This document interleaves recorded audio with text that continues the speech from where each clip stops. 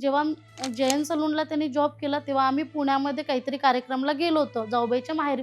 तर मी तिथे गेली आणि मी आणि माझे मिस्टूला भेटायला तो आम्ही 3 ते 4 एकदाही आला नाही. आम्ही 4 दिवस इथे तू माझी मुलगी आजारी आहे, ती तुझी पण मुलगी आहे आणि तू एकदा पण भेटायला आला नाही. बरोबर आम्ही गावाला निघणार होतो त्या रात्रीला तो आला, पाहुण्यासारखा जेवला.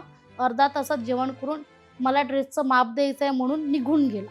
बापरे! माझी मुलगी तापात फणफणती आहे, आम्हाला निघायचं आहे. त्या मुलीला जवळ पण घेतलं नाही किंवा त्या मुलीसोबत बोलला पण नाही आणि निघून गेला.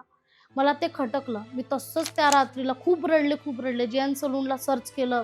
त्या जेएन सलूनच्या मॅमला कॉल केला. मला तर डाऊट मी त्या जेएन सलूनच्या मॅमवरच घ्यायला लागले. तुमचं काही आहे का? हं.